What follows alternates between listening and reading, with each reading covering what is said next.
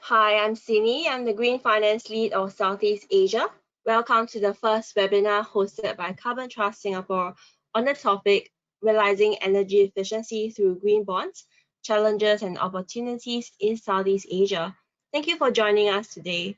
As a brief introduction, the Carbon Trust is a not-for-dividend company with a mission to accelerate the move to a sustainable low-carbon economy.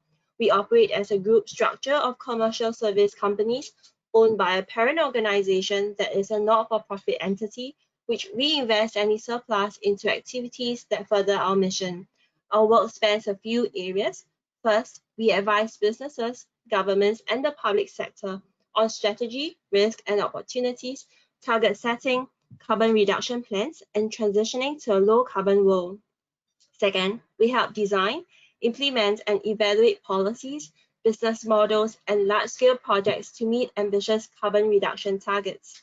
Third, we measure and analyze an organization's carbon footprint, resource efficiency, and environmental impact.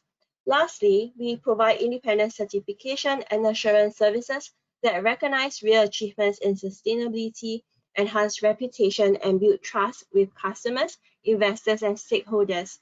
The Singapore office serves as our Southeast Asian regional hub and is delivering the UK government-funded Prosperity Fund ASEAN Low Carbon Energy Programme, or LCEP, together with EY. This £15 million programme began in April last year and targets 6 ASEAN member states on green finance and energy efficiency. The 6 countries are Indonesia, Malaysia, Myanmar, the Philippines, Thailand, and Vietnam, and we work with regulators, central banks, governments, corporates, financial institutions, and developers in these countries. Under the Green Bonds workstream, the Carbon Trust may assist issuers in establishing and adopting a green bond framework that complies with a green bond standard, or we may provide assurance services to issuers for their green bonds. The associated cost of advisory and assurance services provided by the Carbon Trust will be covered under the ASEAN LCEP. So please do get in touch with us if you are looking to issue green bonds in any of the 6 ASEAN countries. We hope this support can spur more green bond issuances and further the green finance momentum in the region. Between 2018 and 2019, the volume of green bonds and loans issued in ASEAN has nearly doubled, and Singapore emerged as a leader in ASEAN green debt issuance last year. However, the spectacular growth of green bond issuances has not benefited EE projects as much as their renewable energy counterparts. This is despite the fact that EE has the potential to decouple economic growth from energy demand, and EE measures have been estimated to save trillions of dollars across the global economy. What are the challenges and benefits of issuing a green bond for EE projects? What are the qualities of EE projects which green bond investors consider in Southeast Asia? To unravel these questions, I would like to introduce our distinguished panel of speakers who represent different geographies and backgrounds. From the UK, we have Mr. Nick Harris, Senior Manager for the Carbon Trust Green Finance team. Nick has worked on a range of green finance projects, including green bond verification and impact assessment, sustainability training for financial services employees, tagging green assets in portfolios, setting sustainability targets in financial services companies, and carbon footprinting of bank services. Our second speaker is Park Nana, who is the Deputy Director at the Directorate General of Budget Financing and Risk Management, Ministry of Finance, the Republic of Indonesia. He will be replacing Ms. Dewey, who has to attend to an urgent meeting. Last but not least, let's welcome our third speaker, Ms. Eileen Rees-Zaret, Senior Investment Officer, Financial Institutions Group from IFC. She's currently the IFC FIG country anchor for investments in the Philippines and has led notable transactions, including VDOs and China Bank's green bond issuances, which were the first green bonds issued by financial institutions in the Philippines. Thank you, speakers, for taking the time to join us today. This webinar will be conducted in the form of a panel discussion. Each speaker will share their insights for 10 minutes, followed by Q&A. In the course of the presentations, you may raise any questions via the questions box on this platform. Kindly indicate whether your question is directed at any particular speaker or the whole panel. We will aim to address as many questions as we can, or we will follow up directly with the relevant participants after this webinar. The webinar is being recorded and the recording will be shared with the attendees. To kickstart this exciting discussion, I believe the big question at the back of everyone's mind is, how should we view the challenge of financing EE initiatives? Are we seeing a lack of capital or a lack of bankable projects? May I invite our first speaker, Nick, to share our thoughts. Thanks very much indeed, Zinyi. Yeah, my name is Nick Harris. I'm a senior manager in our green finance team here at the Carbon Trust, based in London.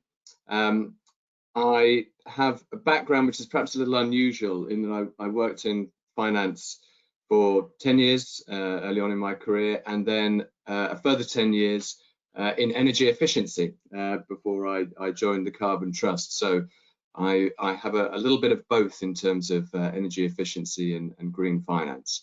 And I thought, in terms of today, what would be useful is to sort of, I guess, understand the context of energy efficiency and some of the challenges that it faces in terms of the growth of energy efficiency, but equally replay some of the really strong benefits, and then just give you a little flavour of how the Carbon Trust has helped around that, particularly from the green finance perspective and financing energy efficiency.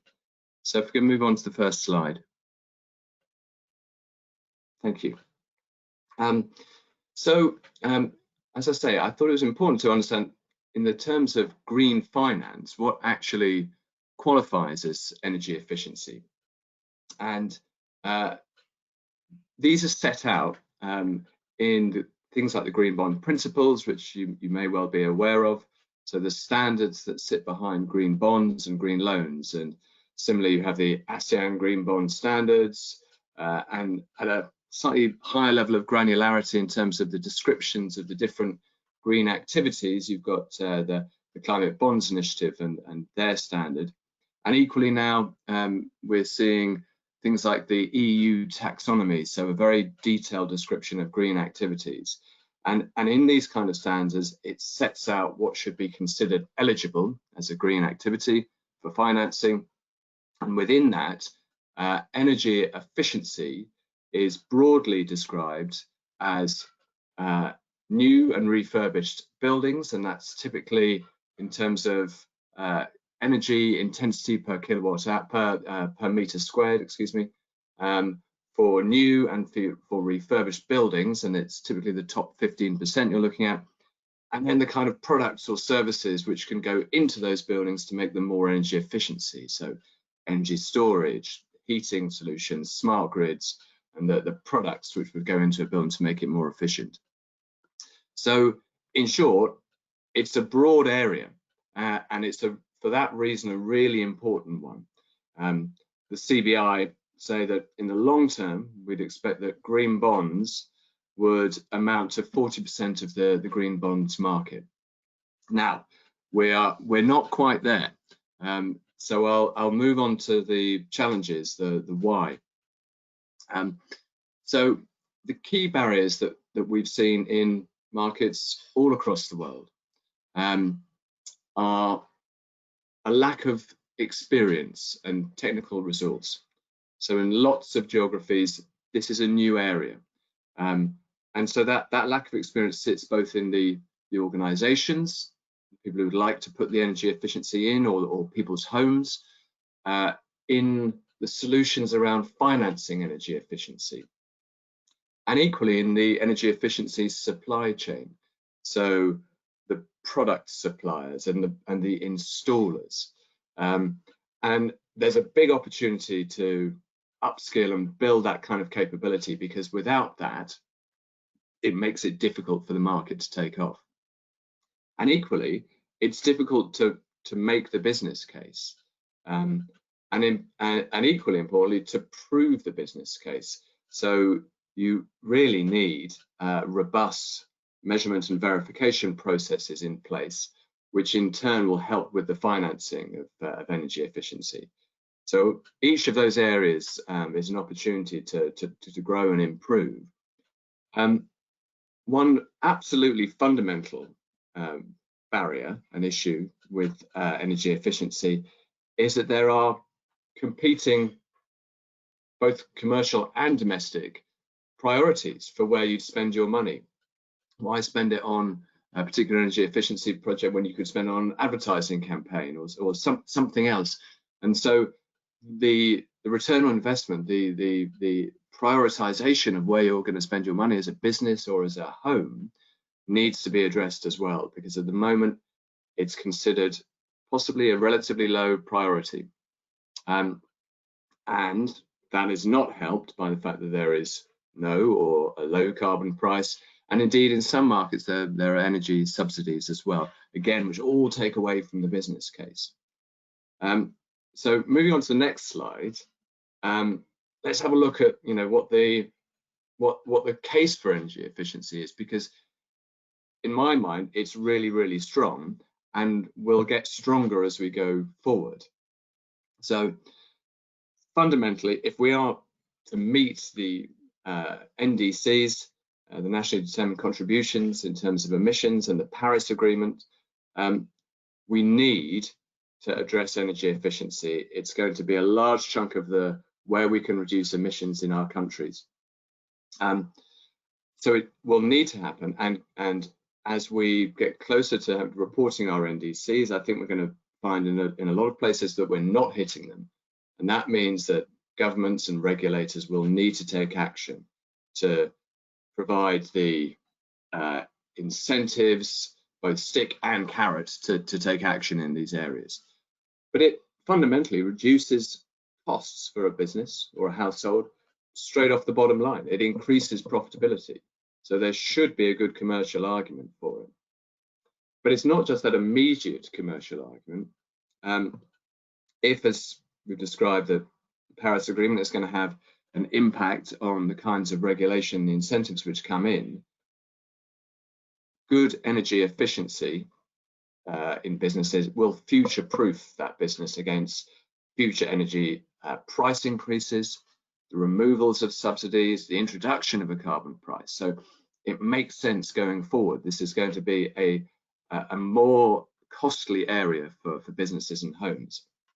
It also will lower your carbon footprint, and that, beyond the Paris Agreement, and again thinking commercially, is a good thing, because particularly as part of a wider sustainability narrative from a business, customers and investors, increasingly employees, are looking at what a company is doing around sustainability. And probably the first measure you would seek to look at or to address as a company is your own emissions. How are you reducing that? Do you have targets against reducing that? So that can be genuinely important in terms of sales, retention of staff, how investors view your business. And at a macro level, taking the very big picture, if you can, as a country, reduce emissions, you're reducing demand on the grid, and that allows you to think in smarter ways about the ratio of renewables to fossil fuels, and we're back then to our bigger goals of the Paris Agreement. So I hope that paints a picture of why it's really important and why it should be a good idea, and also how some of the barriers that we're going to have to address in that. But the signs are promising. So there are lots of initiatives which are looking to help in this area, and particularly around the financing, and particularly around some of that capacity building. So just to flag three of what is a much bigger number, you've got the Japan Fund for the Joint Crediting Mechanism, the JFJCM, which is a joint Japanese government and the Asian Development Bank, which is providing financial incentives for the adoption of low carbon technologies and technical assistance as a grant program, and that's across the region. And similarly, Amundi recently is working with the AIIB. Amundi is one of the, I think, the biggest asset manager in Europe, working with the AIIB to create a portfolio, $500 million portfolio dedicated to businesses who have issued debt, and those businesses are aligned to the Paris Agreement. the idea of this is to accelerate climate action in the region by helping companies to think about how they're going to be looking at transition in the future and the Paris Agreement, and essentially reducing the cost of capital for them. And they're looking to leverage in another $500 million US for that. And of course, as Zinyi has described, EY and our own ASEAN LSEP program, and we can touch more on that as we go through. But that's there to be providing technical assistance for creating those energy efficiency business case I've just described, and also helping with the development and the costs related to the issuing of green bonds. So finally, just to move on to the final slide, the Carbon Trust has a long experience in this area. So almost 2 decades ago now, we were brought into existence principally to administer an energy efficiency loan to small to medium-sized enterprises. So we've seen those barriers, we've seen financing solutions around energy efficiency really from the start of our business. So it became a natural area for us to go into, looking at the financing of energy efficiency. And a couple of years ago now, we worked with Barclays on their inaugural green bond, which used the energy efficient mortgages, properties, the mortgages they held against them, to issue a 500 million euro green bond, which was very well received by the market, and actually, interestingly, sort of allowed the case for energy efficiency and that's kind of green financing to actually grow within Barclays. So shortly after this, they issued their mortgage related to efficient properties as well. So we've got a good experience of these kind of areas, and hopefully we can bring that to bear through programs like the LSEP and more widely in the region. I will stop there and hand back to Zinyi. Thank you. Thank you, Nick. Just a question, in your opinion, what should banks and investors consider in the process of identifying eligible EE projects for green bond issuances? Sorry, can you say, was that how they should go about it, Zinyi? Or what should banks and investors consider in the process of identifying eligible EE projects? Well, I think it's an absolutely key area, is trying to understand what are your eligible assets. So it's important that firstly, I think that you have a working definition of what would be considered energy efficiency, and things like either developing your own taxonomies in-house as to what you consider green activities to be, or indeed creating the kind of frameworks that we've described briefly in green bonds, which will then set out the framework on the basis of how you can then sort of dig into the sort of loans that you might have as a bank, which would be eligible. So again, very briefly, just to sort of touch on some further work that we did with Barclays, we work with their corporate lending team, looking at the breadth of the different loans that they provide, and helping them to judge which ones would be eligible for green bonds. And there's a huge variety in there. Some which would fall under energy efficiency, some which would fall under renewables categories, and indeed others. But yes, frameworks and taxonomies is, I think, your starting point there. Great, thank you so much, Nick. Yes, I agree that issuing green bonds for EE projects does require greater awareness and overcoming major barriers in the ecosystem. I'm pleased to see some efforts being made in Southeast Asia, with one notable example from our Indonesian government, who has issued green sukuk. So now I'd like to invite our second speaker, Pak Nana, to share their experience and the lessons learned. Pak Nana, please. Hi, thank you, Zinyi. I'm Nana Riana. I'm Deputy Director at Directorate of Islamic Financing, Directorate General of Financing and Risk Management, Ministry of Finance, the Republic of Indonesia. I've been working with the Ministry of Finance for more than 14 years. For more than 20 years, and spent more than 14 years in Directorate of Government Debt Securities. I've been involved in the issuing of green sukuks since last year. So I'm one of who is responsible for day-to-day green sukuk reporting, as sukuk reporting is a part of our framework. So would like to share our experience in issuing green sukuks in the capital market, and would like to share the lesson learned that we can share to you how we issue the green sukuk in the capital market. First slide, please. The reason why Indonesia has strong commitment on climate financing is because Indonesia is very vulnerable to climate change. Indonesia is the largest archipelagic country in the world, consisting of more than 17,000 islands, covering an area of around 790 million hectares, with a total coastline of more than 95,000 kilometers and a land area of around 200 million hectares. So floods, droughts, typhoons, and landslides dominate 4 major disasters in Indonesia and affect several economic sectors. Therefore, Indonesia is very vulnerable to the adverse effect of climate change.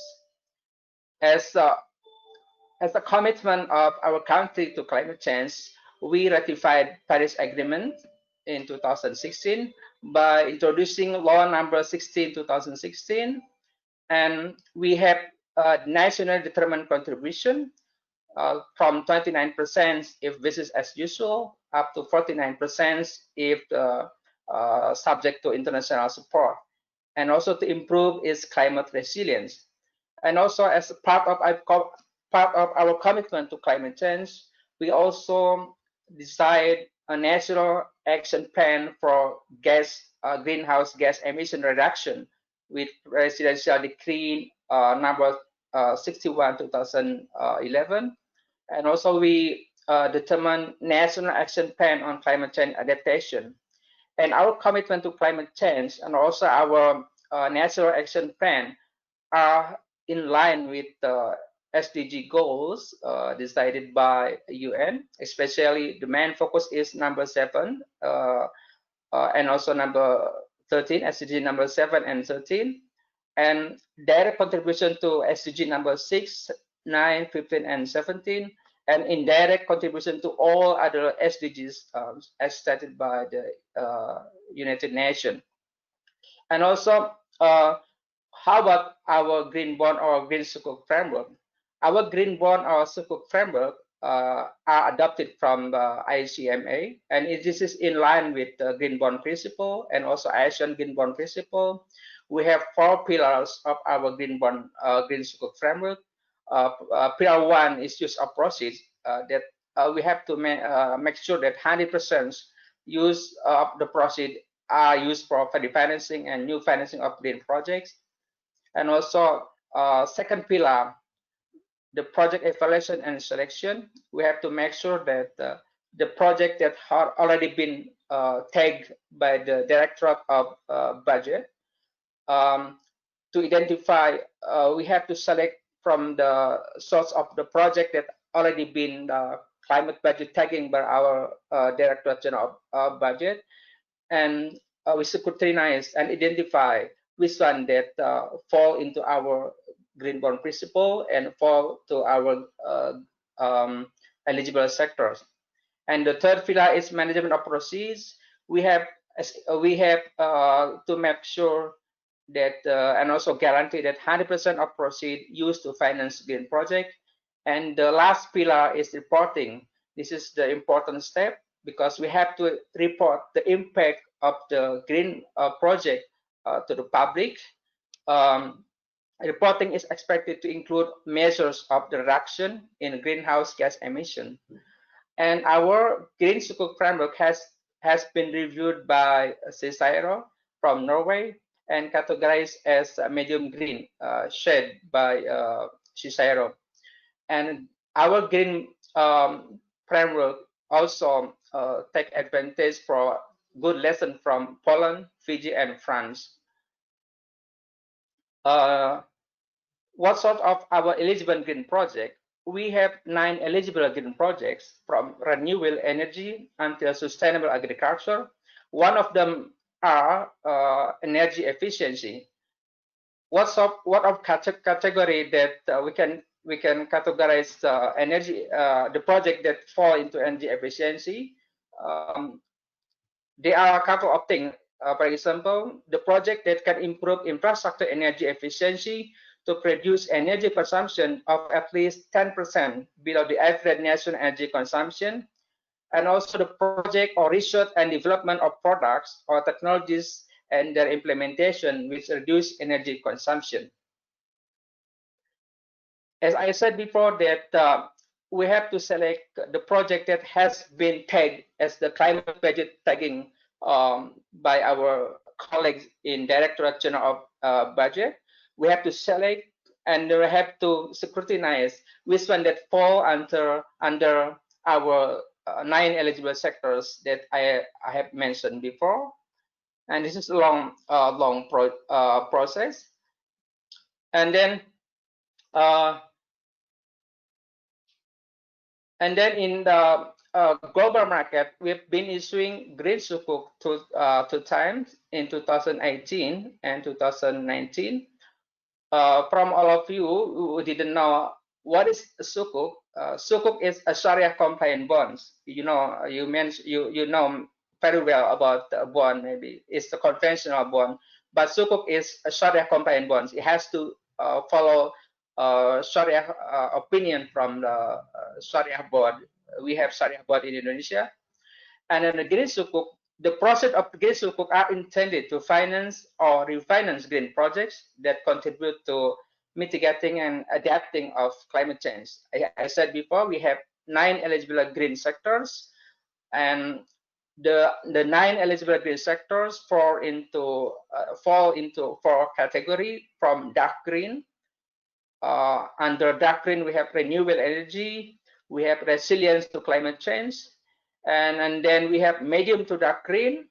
Under this category, we have sustainable transport, green tourism, waste energy and waste management, and sustainable agriculture.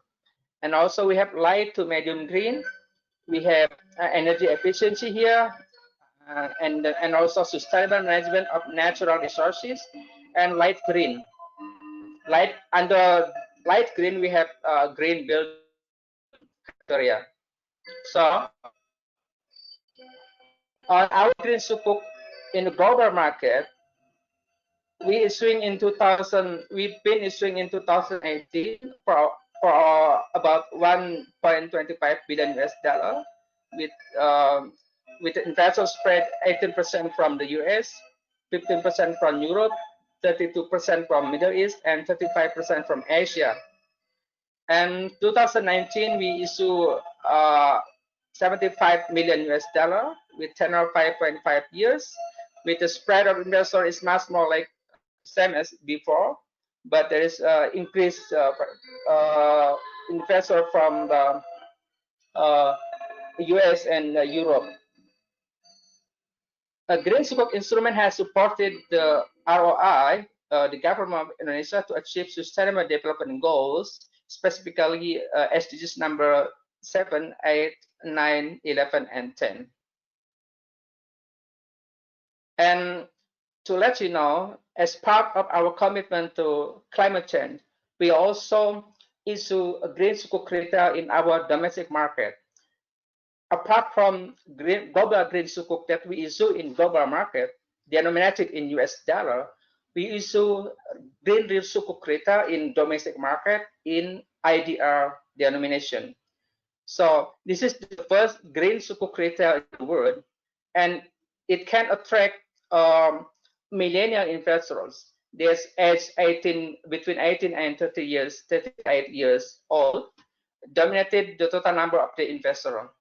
So the more than 51% of the investor coming from the millennial investor. This is very good, because the green sukuk retail is sold through online platform. So everyone can go to their mobile phone, to their gadget, and order the green sukuk retail, Indonesian green sukuk retail, straight away, with the minimum of 1 million IDR until 3 billion IDR. Everyone can access the website or the gadget, and for the green sukuk retail issuance, we issue about 1.1 trillion IDR, and this is this issuance is to finance and refinance eligible green sector in accordance with the ROI Green Bond Green Sukuk Framework, especially to finance resilience to climate change and also energy efficiency. And as part of our commitment, as part of our framework, the last thing that we need to do is reporting. This is very important, because we have to report to the public about the impact of our green sukuk project. We did twice on the green sukuk reporting. For the first one is we launched the first green sukuk issuance on February 2019, and the second one we launched on March 2020. Our green sukuk report has been audited. For the first one by KPMG, and the second report has been audited by PricewaterhouseCoopers. The results stated that the process and allocation of green sukuk were in accordance with the ROI's green sukuk framework, which is very good. And then we would like to highlight about the proceed of our green sukuk that's going to energy efficiency project. From 2019 issuance, from 2018 issuance and 2019 issuance, we have been allocated. It's been allocated almost 275 million US dollar for energy efficiency projects, and these projects are calculated to have greenhouse gas emission reduction for almost 3,075 tons of CO carbon dioxide equivalent. But the example of this project is the installations of smart street lighting integrated with solar power plant, and is combined with retrofitting the existing bulbs with LEDs, and installations of traffic equipment such as traffic signs, traffic control systems, and navigation aids. The much more important thing is the replacement of sea navigation facilities, which exchange the existing fossil fuel electricity with solar based batteries. That's really interesting. And the amount allocated to the sea navigation facilities that use solar panel is about 22 million US dollar in 2016 and 94 million in 2017. And what is the lesson learned that we need to take a note from our green sukuk issuance? The first thing is that we need to increase synergy and also collaboration among stakeholders to formulate policies and national development programs related to climate change control. It means long process to sit together among Minister of Finance and also line ministries. You know that the Minister of Finance issued the green sukuk as tools of budget financing, but the owners of the projects are not in Minister of Finance, but in technical minister, in line ministers. So the coordination and collaboration need to improve amongst Minister of Finance and also the owners of the project, which is the line ministers.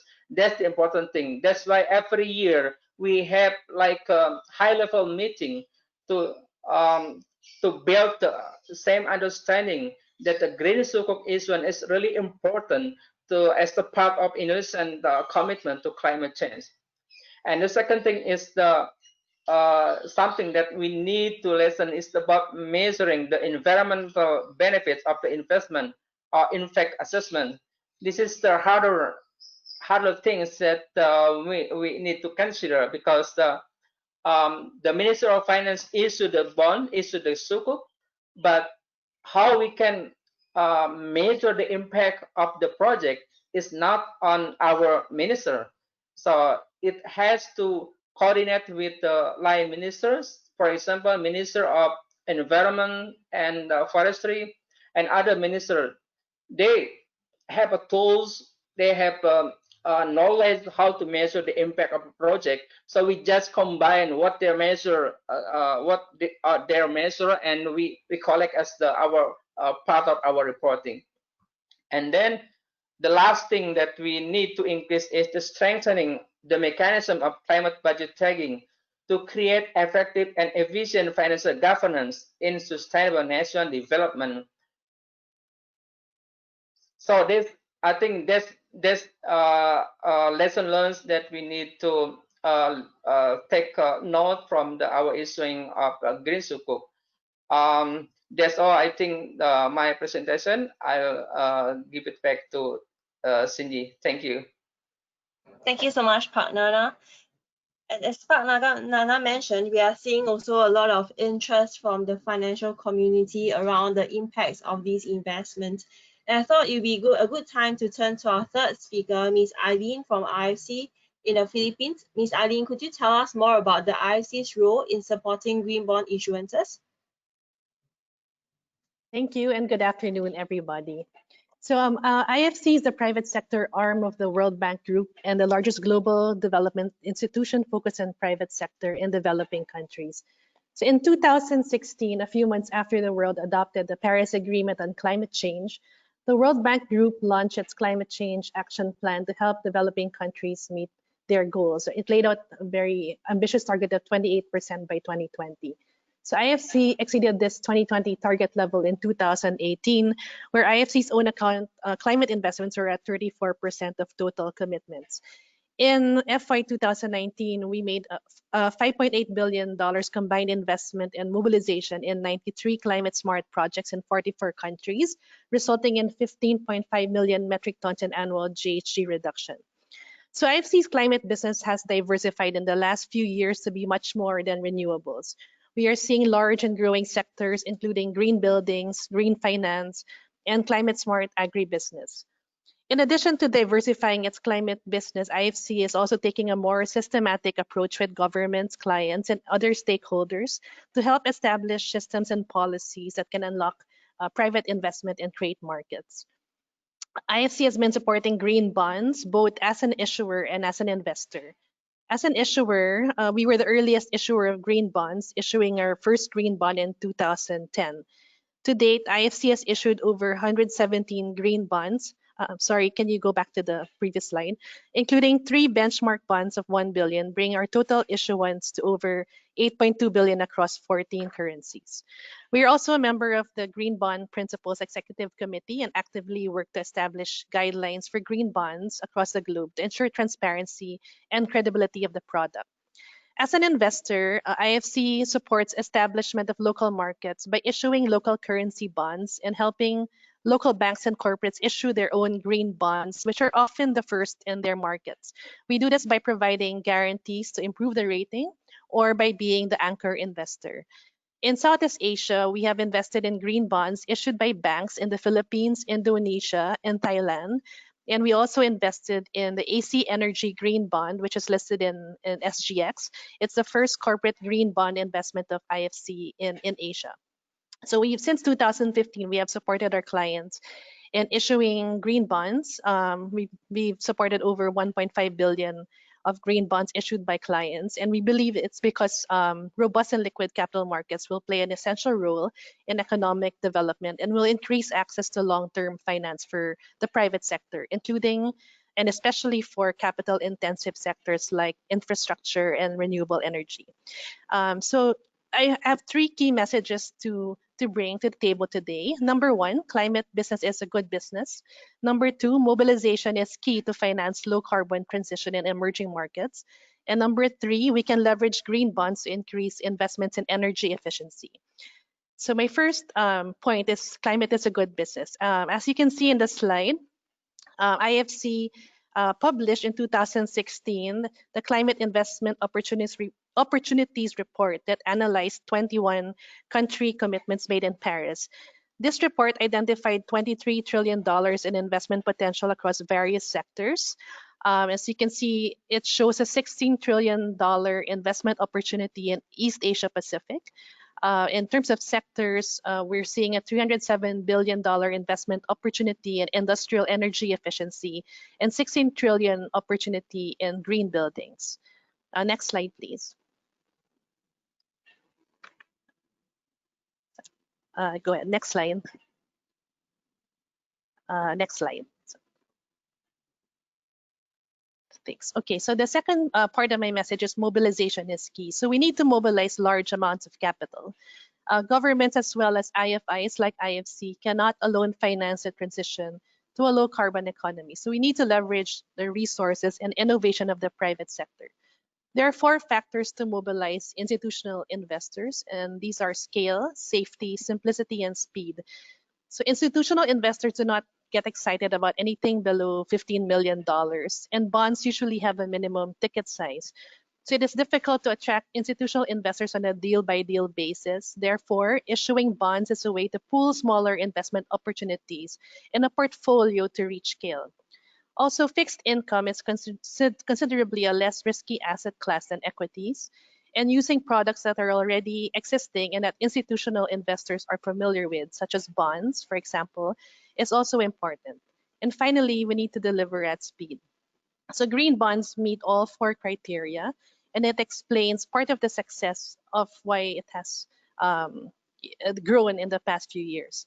Having said that, less than 1% of global bonds are labeled green, and less than 1% of the holdings of global institutional investors are green infrastructure assets. Therefore, we need to develop more green investment opportunities that meet investors' need for scale, safety, and simplicity.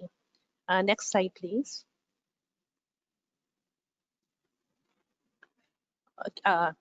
One more, thank you. So the last part of my message is how do we leverage green bonds to increase investment in energy efficiency? So as renewables become more mature and mainstream, it is essential to start looking at other project types, not only in terms of meeting overall climate targets that have been agreed by the countries under the NDCs, but also in terms of inclusion of micro, small, and medium enterprises who have a key role to play. Hence, in Southeast Asia, it's very unique since there are larger projects like buildings and transport, but also much smaller manufacturing projects around modernization, upgrades, etc., all of which form a sizable opportunity in the region. Of the type of EE projects that could be interesting to be financed by green bonds, certainly buildings and transport would be the most important opportunity in the region, as several countries continue to urbanize and urgent improvements in efficiency are needed. Manufacturing upgrades, especially in food processing, textile, garments, cold storage are key, in addition to steel, cement, chemicals, and power. Next slide, please. So I'm just going through the slides quickly. Next, please. Next. Next. One more. Thank you. So how can we lower, go back please. How can we lower the barriers to issuing green bonds for energy efficiency projects? So apart from all the usual barriers we have for green bonds in general, reporting on the use of proceeds is a key factor to give investors confidence. Energy efficiency can be quite complex, and hence it is important to simplify the process while ensuring that key factors around credibility and transparency still remain.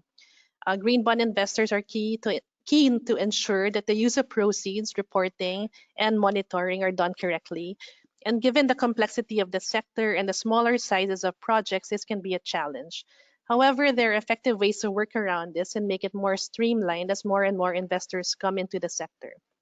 So streamlining and simplifying relates to the criteria and reporting. Investors get a bit scared when they hear about EE due to scale and complexity. Some of the projects can be very small but impactful.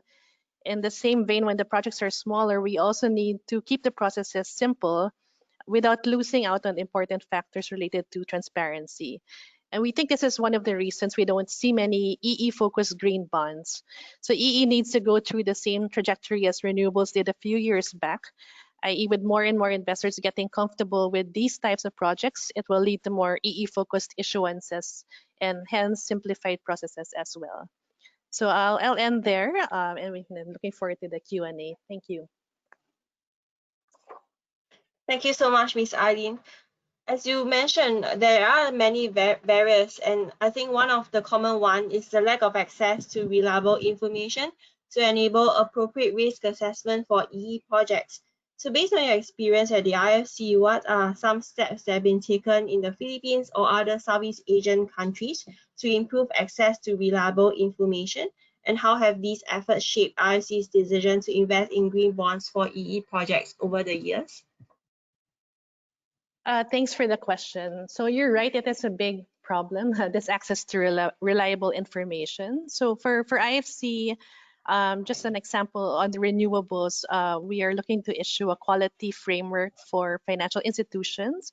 So this looks at the technology, which is fairly standardized now, and then this will enable the FIs to check projects versus this quality framework. So I guess the goal is to work with all the stakeholders to try to do something for EE. So this will, this will involve looking at the technologies and doing quality check on them, and also try to standardize how the EE savings are actually computed and reported, right? So for IFC, like let's say for the green building sector, it's as an example, it's more standardized. So so any buildings with certificates from, let's say, IFC's EDGE or LEED or BREEAM or Green Star qualifies as for use of proceeds for IFC's green bond. So developing these standards will be key. Thank you. Thank you, Ms. Eileen. We'll now proceed to the Q&A session. Please raise your questions via the questions box on the platform, and do indicate whether your question is directed at a particular speaker or the whole panel. We will aim to address as many questions as we can, or we'll follow up directly with the relevant participants after the webinar. So if I may look at the first question that we have, what exactly is technical resource? This is directed at Nick. So please share examples of skill sets or disciplines involved. Nick, please. Yeah, so in terms of technical resources, that's say we can break that up into different areas. Technical resources related to organizations themselves, the financing side, and then the energy efficiency supply chain. If we're talking about, say, a corporate issuer of green bonds potentially around energy efficiency, then clearly you need, I suppose, two sets of technical skills in there, and that would be one on the financing side, so probably Treasury who's thinking about that, and then of course you're going to need either a sustainability, energy efficiency, or possibly sort of building management set of skills. So, or if we're talking about a manufacturing one, it might be sort of process skills. So, where can efficiencies be made in the building or the processes? What kind of projects have they got? And then the Treasury needs to sort of map across to that to say, right, okay, we have an understanding of what would qualify for the funding through a green loan or a green bond. So you need to have two sets of distinct skills which need to come together. So the kind of project level, if you like, and then the financing level. And quite often it's rare to find those sets of skills within an organization. but that's a growing area, and an area where banks are often helping to sort of bring that together, or indeed sort of organisations like ourselves, or schemes which are sort of run by a combination of the public and the private sector. Thank you so much, Nick.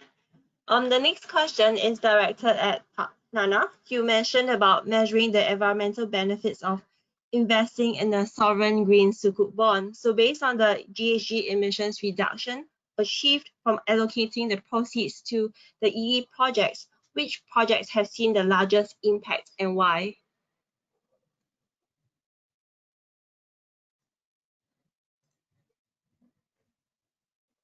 Okay, thank you, Senji. Indonesia is one of the largest tropical countries in the world with abundant source of sunshine.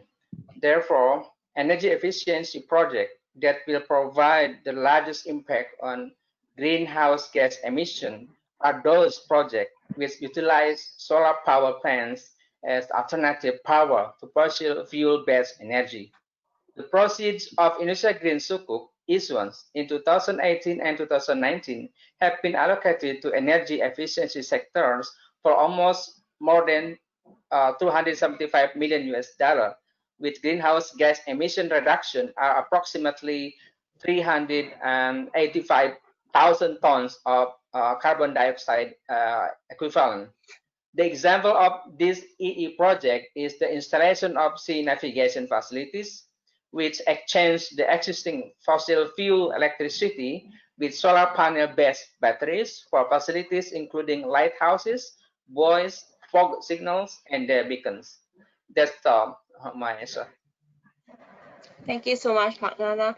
And the third question I have is what role do you hope to see the industry play to accelerate EE deployment in Southeast Asia? And perhaps I can direct that to Ms. Eileen.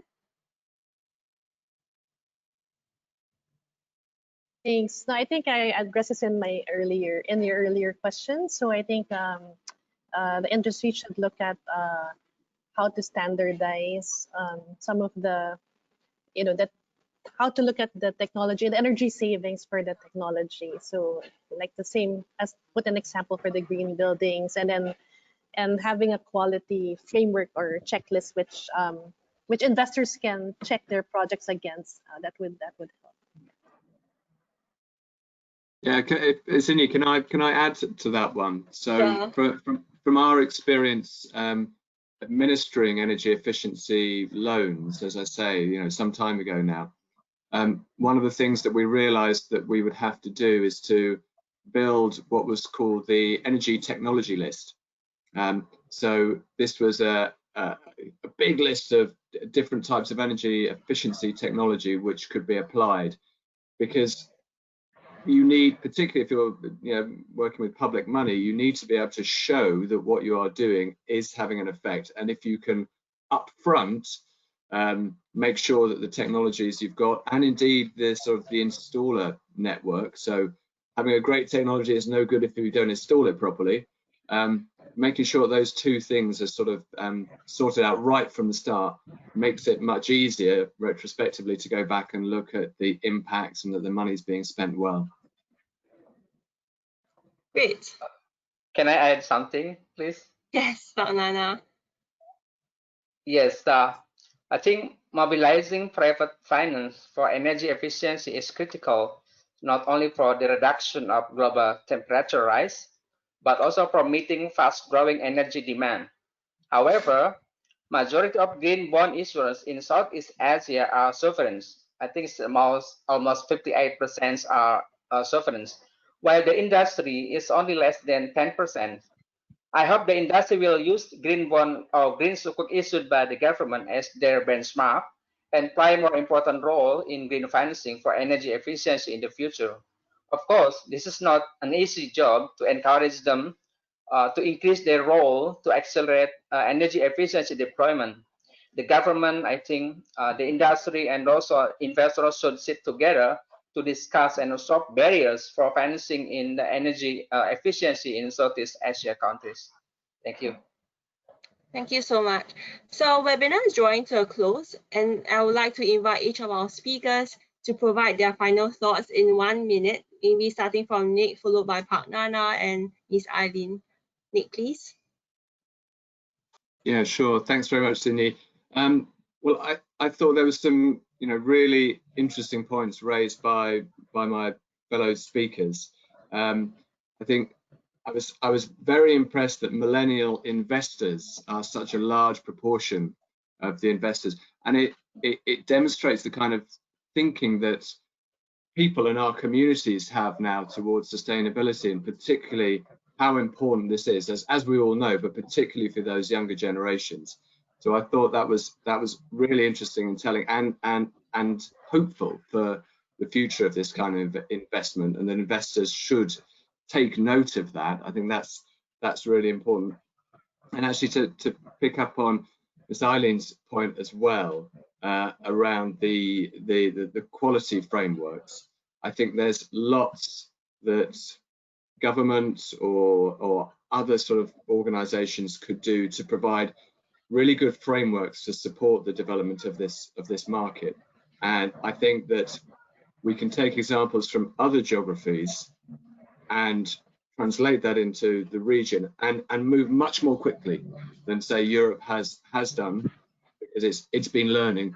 There's an opportunity to take those learnings, put things in place quickly, and move forward really fast. So I think I'm very hopeful from the discussion today and from some of the precedents about what we can do. Very good. How about Park Nana? Yeah, I think the concern about climate change and also global warming right now is getting momentum. So as Nick mentioned before, as we prove here in Indonesia, that in the increased participation of youngest generation, millennial investor in investing their money in our global green sukuk retail is one of a good proof that the concern about the climate change is increasing. And also I can also give you one proof in my office. All level system in my office now using online system. So there is no paper anymore in my office, in Minister of Finance. No more paper. Everything done online. So from minister down to director general, down to director and deputy director, and so on, we do it online. There's one I think one major concern of our leader here in Indonesia, how to increase our commitment to climate change right now. And also, the much more important thing is to encourage participation of private sectors to issue green bond is incentives. No one can issue no one issue green bonds in the market if they don't have enough incentives. So in this case, I think government should also provide incentive like tax incentive for them, for example.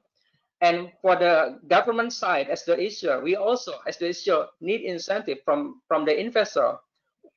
What for we issue the green bonds in the market if the price from the investor is the same, just like the conventional bonds or the normal or the regular bonds. So the government has also as issuer need the incentive from in terms of pricing from the investor. That's my closing remark. Thank you. Thank you. And Ms. Eileen, please. Okay, just very quickly, since my colleagues have already touched on many points, I guess it's just to summarize my key points earlier. That climate is a good business opportunity and will remain so even with COVID and post-COVID. And there is a need to mobilize capital from private sector, especially through these green bonds. So hopefully, as we move, as we recover from the pandemic, more and more capital will be diverted to these EE projects, right? Because the businesses would need them also, these projects to be sustainable, right? In the future. Thank you. Thank you to all speakers for sharing your thoughts today on green bond issuance for energy efficiency projects. Despite the COVID-19 situation, we are optimistic that Southeast Asia will see momentum for green finance as countries seek to build resilient and sustainable economies. The Carbon Trust is well placed to support these efforts through our global expertise and our local presence. We wish to reiterate that the ASEAN LSAT program covers the cost of advisory and assurance services, which Carbon Trust provides to potential green bond issuers in ASEAN, in the 6 ASEAN countries, namely Indonesia, Malaysia, Myanmar, Thailand, Vietnam, and the Philippines. Please do get in touch with us if you'd like to find out more. Thank you, everyone, and have a great day ahead. See you. Bye. Thank you. Thank you. Bye. Bye.